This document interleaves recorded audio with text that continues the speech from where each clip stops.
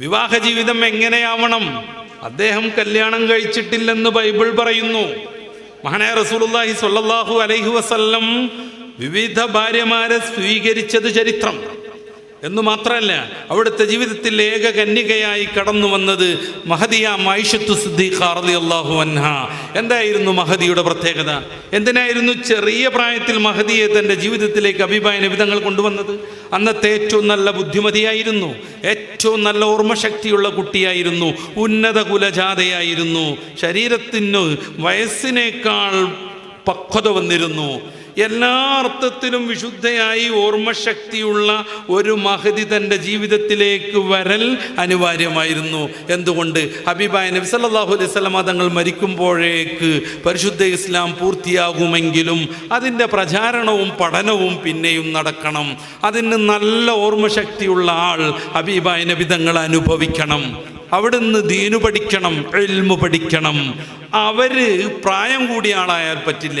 കാരണം ഹബീബായ നബി തങ്ങളുടെ മരണത്തിന് ശേഷവും ദീർഘകാലം അവർ ജീവിച്ചിരിക്കണം. എല്ലാം ആയിഷത്തു സിദ്ദീഖയിൽ നിർവഹിക്കപ്പെടുന്നു. ഹബീബായ നബി തങ്ങൾ ഒരു സന്ദർഭത്തിൽ മഹദിയ ആയിഷ ബീവി റളിയല്ലാഹു അൻഹ ചൂണ്ടിയിട്ട് പറഞ്ഞു, അല്ലിമൂ ശിത്റ ദീനികും അൻ ഹാദിഹിൽ ഹുമൈറാ.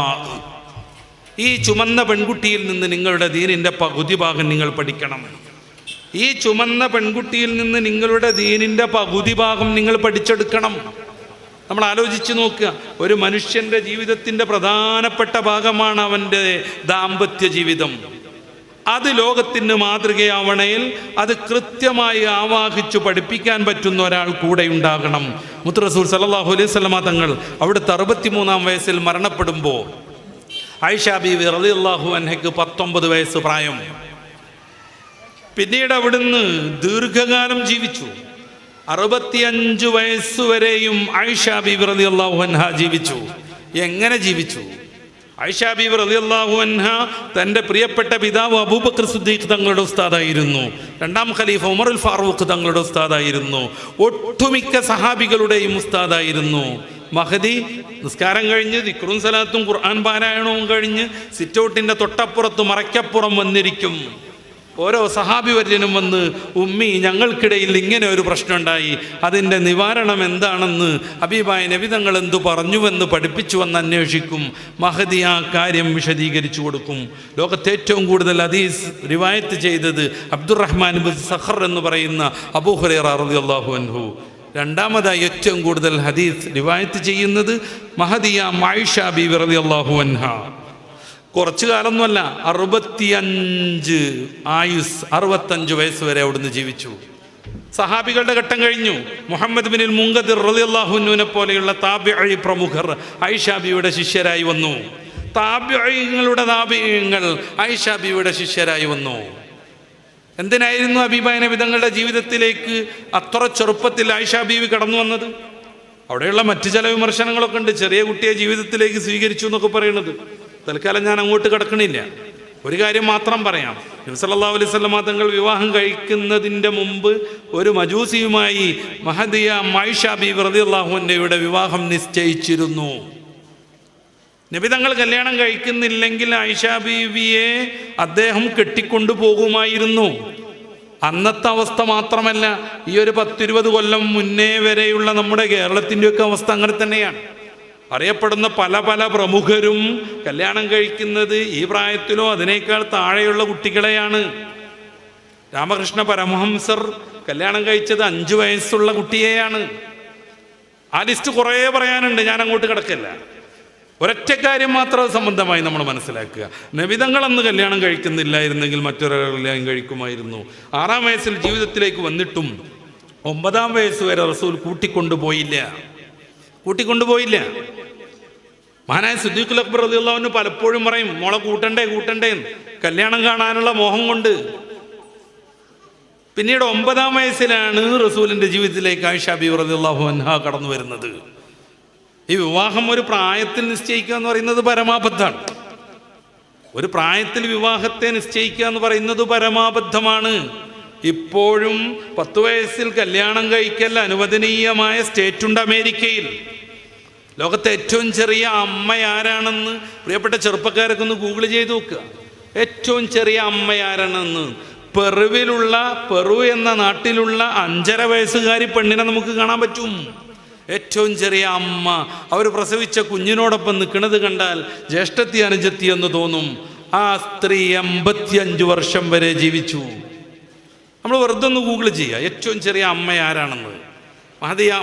ആയിഷ ബീവി റളിയല്ലാഹു അൻഹ പക്വമതയായിരുന്നു, എല്ലാ അർത്ഥത്തിലും പൂർണ്ണയായിരുന്നു. ഇമാം നവവി റളിയല്ലാഹു അൻഹു അവിടുത്തെ ശറഹ് മുസ്ലിമിൽ ഈ കല്യാണത്തിൻ്റെ മാനദണ്ഡം പറയുന്നുണ്ട്. വയസ്സിനേക്കാൾ ശാരീരിക ബന്ധത്തിന് പക്വമാവുക എന്നതാണ് ഈ ലൈംഗിക ബന്ധത്തിനുള്ള മാനദണ്ഡം. കല്യാണം കഴിക്കാൻ ഏതു പ്രായത്തിലും ആവാം. കല്യാണം കഴിക്കുക എന്നത് വെറും ഈ ഒരു ഏർപ്പാടിനാണെന്ന് തെറ്റിദ്ധരിക്കുന്ന ആളുകൾക്ക് അതിലൊരു കൗതുകം തോന്നിയേക്കും. ഈ അടുത്ത കാലം വരെയും ലോകത്തിൻ്റെ വിവിധ ഭാഗങ്ങളിൽ പക്ഷെ അതന്നെയാണ് നിലനിന്ന് വന്നത്. ഇത്രയും സൂചിപ്പിച്ച സ്ഥിതിക്ക് ഞാൻ അതെങ്കിലും പറയണമെന്ന് കരുതിയിട്ടാണ് അങ്ങോട്ട് ഞാനൊന്ന് വൈഡായത്. സത്യത്തിൽ എൻ്റെ ഉദ്ദേശം ആയിഷ ബീവി റളിയല്ലാഹു അൻഹ ഹദീസ് രംഗത്ത് ചെയ്ത സേവനങ്ങളാണ്. അങ്ങനെ ഓരോ സഹാബിയും കാതോട് കാതോരം കൈമാറി, ലിഖിത രൂപത്തിൽ കൈമാറി ഹബീബായ നബി തങ്ങളുടെ ചര്യ ഒന്നുപോലും വിട്ടുപോവാതെ ഈ ആധുനികരായ നമ്മുടെ മുമ്പിലെത്തുന്നു. ഈ സ്റ്റേജിൽ പ്രഭാഷണം നടത്താൻ കയറിയ എല്ലാവരും സലാം പറഞ്ഞു. എന്തേ കാര്യം? കമ്മ്യൂണിക്കേഷൻ എക്യുപ്മെൻറ്റ്സ് തീരെ വികസിക്കാത്ത 6-ാം നൂറ്റാണ്ടിൽ ജീവിച്ച മുഹമ്മദുർ റസൂൽ സ്വല്ലല്ലാഹു അലൈഹി വസല്ലം കോടാനക്കോടി മനുഷ്യരെ പഠിപ്പിച്ചൊരു കാര്യം സംസാരം തുടങ്ങുമ്പോൾ സലാം പറയണമെന്നാണ്. ഈ സ്റ്റേജിലേക്ക് കാലെടുത്ത് വെച്ചവരൊക്കെ വലതുകാൽ മുന്നിൽ വെച്ചു, ഇറങ്ങിപ്പോയവരൊക്കെ ഇടതുകാൽ മുന്നിൽ വെച്ചിറങ്ങിപ്പോയി.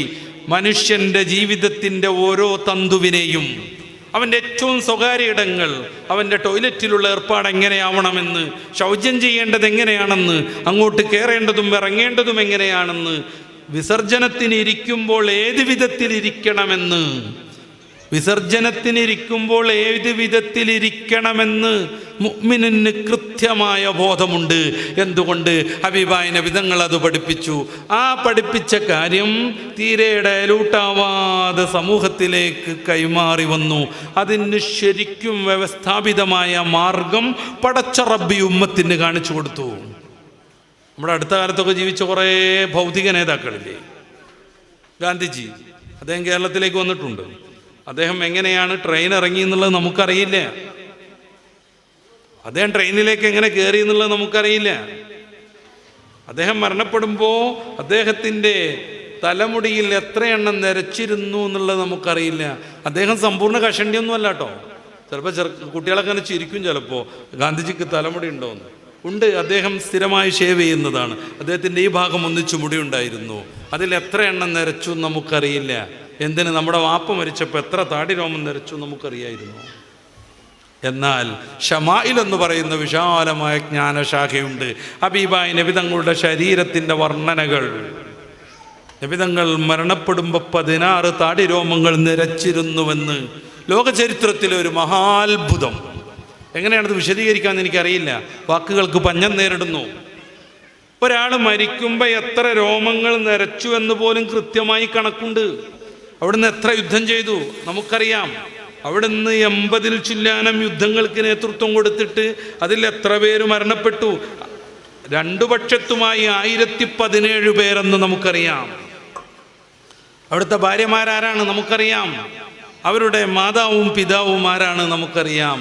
ഹബീബായ നബി തങ്ങളുടെ പിതൃപരമ്പര കൃത്യമായി നമുക്കറിയാം.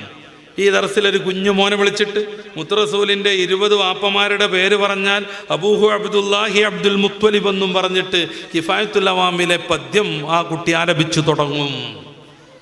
നബി തങ്ങളുടെ ഭാര്യമാർ എത്ര പേരുണ്ടായിരുന്നു? അൻതിസ് വഫാത്തുൽ മുസ്തഫ ഐഷത്തും വ ഹഫ്സത്തും വ സൗദ കുട്ടി ആലപിക്കും. മുത്തറസൂൽ സല്ലല്ലാഹു അലൈഹി വസല്ലം തങ്ങളുടെ മക്കൾ എത്ര പേരുണ്ട്? അവരുടെ പേരെന്താണ്? എന്നും പറഞ്ഞിട്ട് കുട്ടി ആലപിച്ചു തരും.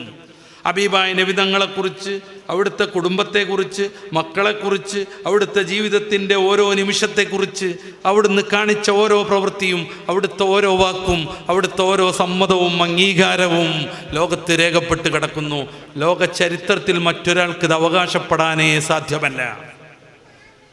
ഞാൻ ആവർത്തിക്കുന്നില്ല, അത് അവകാശവാദമല്ല എന്നുള്ളത്. നിങ്ങൾക്കതൊരു അലോസരാവെന്ന് ഞാൻ വിചാരിക്കുകയാണ്. നമുക്ക് പരിശോധിക്കാം. ഹബീബായ നബി സല്ലല്ലാഹു അലൈഹി വസല്ലമ തങ്ങളുടെ വാക്കുകൾ നമ്മുടെ മുമ്പിലുണ്ട്. അത് പഠിക്കാനുള്ള വിവിധങ്ങളായ ജ്ഞാനശാഖകൾ നമ്മുടെ മുമ്പിലുണ്ട്. മഹാപണ്ഡിതന്മാർ ചെയ്ത സേവനങ്ങൾ നമ്മുടെ മുമ്പിലുണ്ട്. ലക്ഷക്കണക്കിന് ഹദീസ് കാണാതെ പഠിച്ച മഹാന്മാരുണ്ട്. 10 ലക്ഷത്തോളം ഹദീസ് കാണാതെ പഠിച്ചു മഹാനായ അഹ്മദ് ബിൻ ഹംബൽ റളിയല്ലാഹു അൻഹു. അവിടുത്തെ ഉസ്താദാവുന്ന ഇമാമുന ഷാഫി അതിലേറെ ഹദീസുകൾ കാണാതെ പഠിച്ചു. 4 ലക്ഷത്തി ചില്ലാനം ഹദീസ് കാണാതെ പഠിച്ച് അതിൽ നിന്ന് വിവിധങ്ങളായ മാനദണ്ഡങ്ങൾ വെച്ച് സംസ്കരിച്ച് ആവർത്തനങ്ങൾ ഒഴിച്ചാൽ 4000 ഹദീസ് ശേഖരിച്ചു വെച്ചു മഹാനായ ഇമാം ബുഖാരി റളിയല്ലാഹു അൻഹു അവിടുത്തെ സഹീഹിൽ. റസൂലുള്ളാഹി സ്വല്ലല്ലാഹു അലൈഹി വസല്ലമ തങ്ങളുടെ ഹദീസ് സാർവകാലികമാണ്, സാർവജനീനമാണ് എന്നതുകൊണ്ട് മാത്രം കാര്യമില്ല, അത് സർവ്വജനങ്ങളിലേക്കും എത്തുകയും വേണം. അതിനുള്ള റബ്ബിൻ്റെ സംവിധാനങ്ങളാണിതൊക്കെ. എത്ര ഗ്രന്ഥരചനകൾ നടന്നു അത് സംബന്ധമായി, എത്ര പഠനങ്ങൾ നടന്നു അത് സംബന്ധമായി. ഹബീബായ നബി സല്ലല്ലാഹു അലൈഹി വസല്ലമ തങ്ങൾ പറഞ്ഞുവെന്ന് സ്വഹീഹായി തെളിയിക്കപ്പെട്ട ഒരൊറ്റ വാക്ക് പോലും ആധുനിക ശാസ്ത്രത്തോട് ഏറ്റുമുട്ടില്ലെന്ന് നമുക്ക് സധീരം പ്രഖ്യാപിക്കാൻ പറ്റും. റസൂലുള്ളാഹി പറഞ്ഞുവെന്ന് സ്വഹീഹായി തെളിയിക്കപ്പെട്ട ഒരൊറ്റ വാക്ക് പോലും. എന്തൊരു കൗതുകമാണ് അവിടുത്തെ ഹദീസുകൾ. പെണ്ണിൻ്റെ ഭ്രൂണത്തിന് ഇളം മഞ്ഞ കളറാണെന്ന് പോലും അവിടുന്ന് പറഞ്ഞു. അന്ന് എക്സ്റേ ഇല്ല, അന്ന് സ്കാനിങ് ഇല്ല, എൻഡ്രോസ്കോപ്പി ഇല്ല, ഡാൻസ് ചെയ്യാൻ അതിനുള്ളിലേക്ക് മെഷീൻ കയറ്റാൻ കഴിയില്ല. പക്ഷേ അണ്ഡം, ഓവുലേഷൻ നമുക്കറിയാം. മെൻസസ് തുടങ്ങി കൃത്യം 14-ാം ദിവസം നമ്മുടെ സ്ത്രീജനങ്ങളിൽ നടക്കുന്ന ഒരു വലിയ പ്രതിഭാസം അണ്ഡവിസർജനം. ഈ അണ്ഡത്തിൻ്റെ നിറം പോലും ആധുനിക ശാസ്ത്രത്തിന് മൂക്കത്ത് വിരൽ വെച്ച് നിൽക്കാൻ മാത്രം കഴിയുന്ന മഹാത്ഭുതം അവിടുന്ന് പ്രഖ്യാപിച്ചു. പരിശുദ്ധ ഖുർആൻ അവിടുന്ന് കൊണ്ടുവന്നു. നിരക്ഷരനായിരുന്നു റസൂൽ സല്ലല്ലാഹു അലൈഹി വസല്ലം. അക്ഷരം പഠിച്ചില്ല, അള്ളാഹു പഠിപ്പിച്ചില്ല. അവിടുത്തെ പശ്ചാത്തലം ആ രീതിയിലേക്ക് അള്ളാഹു ആക്കി തീർത്തു. ജനിക്കുന്നതിൻ്റെ മുമ്പ് വാപ്പ മരിച്ചു. സ്കൂളിലും മദ്രസിലൊക്കെ പോകുന്ന കാലമായപ്പോഴേക്കും ഉമ്മ മരിച്ചു. പിന്നെ അബ്ദുൽ മുത്തലിബ് മരിച്ചു, അബൂ ത്വാലിബ് മരിച്ചു. അവിടുത്തെ എല്ലാ സംരക്ഷണവും ഒറ്റക്കേറ്റെടുത്ത അന്നത്തെ വർത്തക പ്രമുഖ മഹദിയാം ഖദീജ ബീവി റളിയല്ലാഹു അൻഹ മരണപ്പെട്ടു. കച്ചവടത്തിന് പോവേണ്ടി വന്നു, ആടിനെ നോക്കാൻ പോകേണ്ടി വന്നു. ഔദ്യോഗികമായി ഒരു വിദ്യാഭ്യാസവും അവിടുന്ന് നേടിയില്ല. ആ റസൂൽ സല്ലല്ലാഹു അലൈഹി വസല്ലം അന്നത്തെ ജ്ഞാനവല്ലഭന്മാരെ നിഷ്പ്രഭരാക്കിക്കൊണ്ട് ഒരു സുപ്രഭാതത്തിൽ ഇഖ്റ ബിസ്മി റബ്ബിക്കയുമായി കടന്നു വരുന്നു. ഒരാൾക്കും ഇതുവരെ അതിനോടൊന്ന് ഏറ്റുമുട്ടാൻ പറ്റിയില്ല, ഒരാൾക്കും. പരിശുദ്ധ ഖുർആൻ 2-ാം അധ്യായം സൂറത്തു അൽ ബഖറയുടെ 23-ാമത്തെ വചനത്തിൽ ഹബീബായ നബി തങ്ങളുടെ ഖുർആനെ പ്രതി നിങ്ങൾക്ക് എന്തെങ്കിലും സംശയം വരുന്നുവെങ്കിൽ അതിലൊരു അധ്യായത്തിന് സമാനം ഒന്ന് നിർമ്മിച്ചു കൊണ്ടുവരാമോ എന്ന് വെല്ലുവിളിച്ചിട്ട് ഖുർആനിൻ്റെ ആ കാലം മുതൽ ഇതുവരെയും ആ വെല്ലുവിളി സ്വീകരിക്കാൻ ആർക്കുമേ സാധിച്ചില്ല. അറബി അറിയാത്തത് കൊണ്ടാണോ? അല്ല, ഓറിയന്റലിസ്റ്റ് പണ്ഡിതന്മാരൊക്കെ അറബി ധാരാളം പഠിച്ചു. നമ്മുടെ പള്ളി ദർസുകളിൽ പോലും കുട്ടികൾ അറബി ഭാഷ പഠിക്കാൻ ഉപയോഗപ്പെടുത്തുന്ന അൽമുഞ്ചിദ് എന്ന് പറയുന്ന അറബി തടിച്ച നിഘണ്ട് രൂപീകരിച്ചത് ഫാദർ ലൂയിസ് എന്ന് പറയുന്ന ക്രൈസ്തവ പ്രബോധകനാണ്. ഇപ്പോഴും നമ്മുടെ മക്കൾ അത് പഠിച്ചുകൊണ്ടിരിക്കുന്നു. അത്രമേൽ അറബി ഭാഷ അറിയുന്ന ഇവരെ പോലെയുള്ളവർ ജീവിച്ചിട്ട് ഖുർആനിന് സമാനമായ ഒരു ഗ്രന്ഥം കൊണ്ടുവരാനുള്ള വെല്ലുവിളി പരിശുദ്ധ ഖുർആൻ തന്നെ പിന്നെ ലളിതവൽക്കരിക്കുകയാണ്. പിന്നെ 10 അധ്യായങ്ങൾ മുന്നോട്ട് വെച്ചു, അതും സാധ്യമല്ലാതെ വന്നു. പിന്നെയാണ് ഒരു അധ്യായം മുന്നോട്ട് വയ്ക്കുന്നത്. ഒരു അധ്യായം എന്നൊക്കെ പറയുമ്പോഴേക്ക് ഏകദേശം 3 ജുസ്ഉകളുള്ള അൽ ബഖറ നമ്മുടെ മനസ്സിലേക്ക് വരണ്ട. ഒരൊറ്റ വരിയുള്ള സൂറത്തുൽ കൗസർ ഉണ്ട്. ഇന്നാ അഅ്തൈനാകൽ കൗസർ ഫസല്ലി ലിറബ്ബിക വൻഹർ ഇന്ന ശാനിയക ഹുവൽ അബ്തർ. ഇതിന് തുല്യം ഒരു സൂറത്ത് കൊണ്ടുവരാൻ ലോക ചരിത്രത്തിൽ ഒരാൾക്കും സാധിച്ചില്ല എന്നുള്ളത് എന്തൊരത്ഭുതം. ചിലരൊക്കെ വെല്ലുവിളി ഏറ്റെടുത്തു നോക്കി. ആധുനിക കാലത്തും നമ്മുടെ കൊറോണ കാലത്തൊക്കെ സൂറത്ത് കോവിഡ് ഇറങ്ങിയിരുന്നു. പലപ്പോഴും നിങ്ങളത് കേട്ടിട്ടുണ്ടാവും. സൂറത്ത് കോവിഡ്, കൊറോണ സൂറത്ത്. പരിശുദ്ധ ഖുർആനിലെ സൂറത്തിൻ്റെ അതേ രീതി ട്യൂണ് കോപ്പി അടിച്ചിട്ട് അൽ കോവിഡ് അങ്ങനെയാണ് തുടങ്ങുന്നത്. കൊറോണയാണേ സത്യം.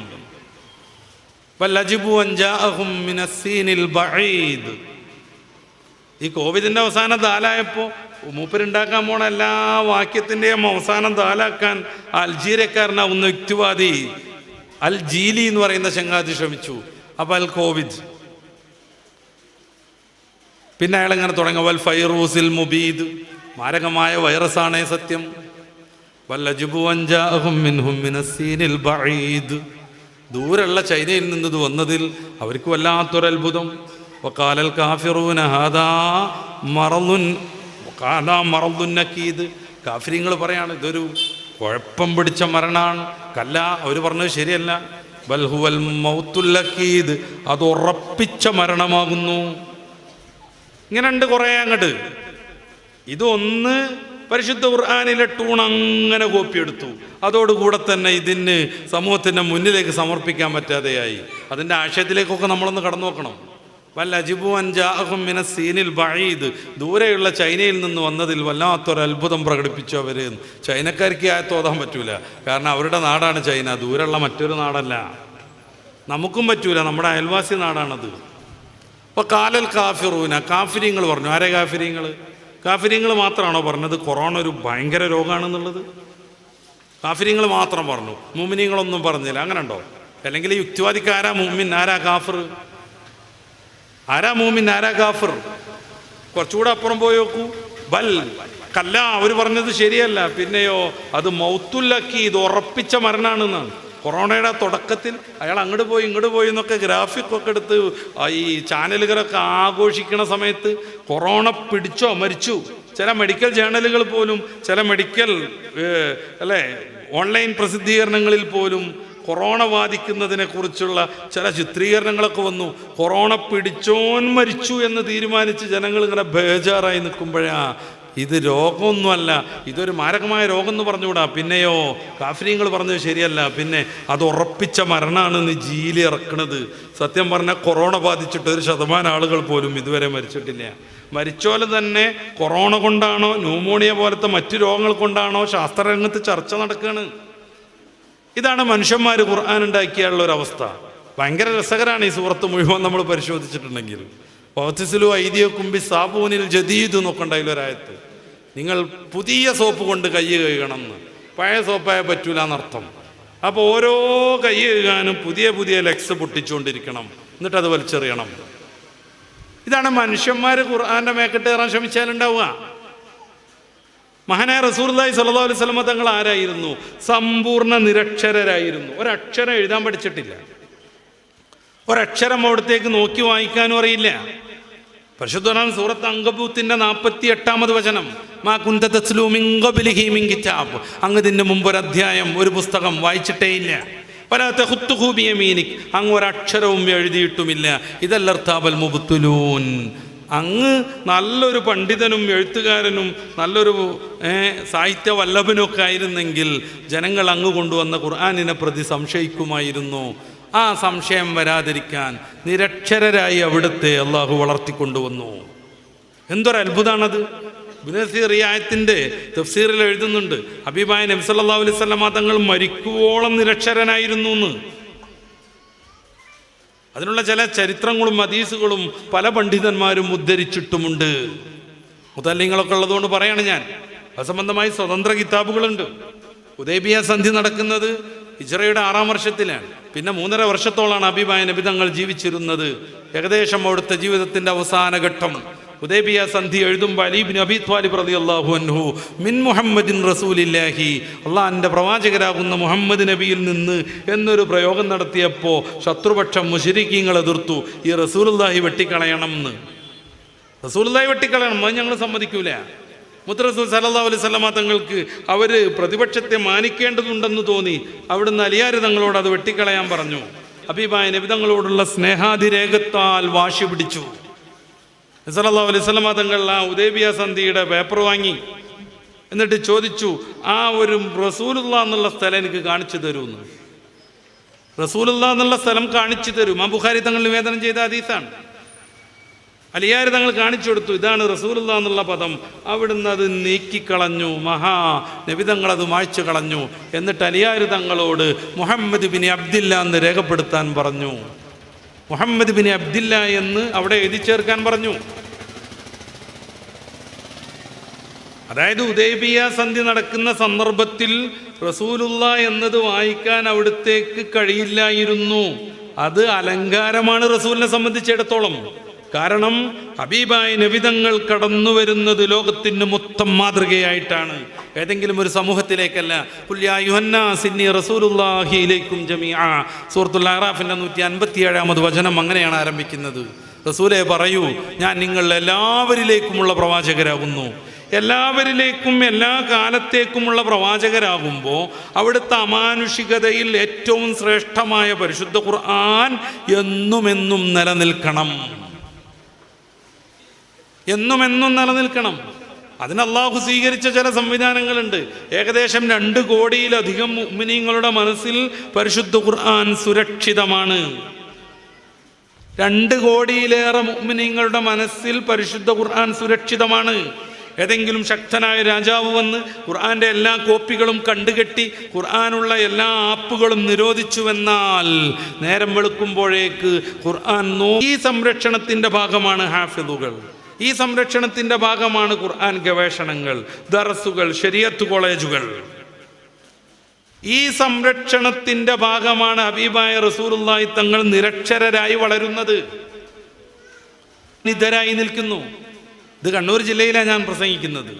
തലശ്ശേരിക്കാരനാകുന്ന വാണിദാസ് അളയാവൂരിൻ്റെ പുസ്തകം ചിലപ്പോൾ നിങ്ങൾ കണ്ടിട്ടുണ്ടാകും. ഖുർആനിന് മുന്നിൽ വിനയാന്വിതം എന്നാണ് അദ്ദേഹം അതിന് പേര് വെച്ചത്. ഖുർആനിന് മുമ്പിൽ വിനയാന്വിതം.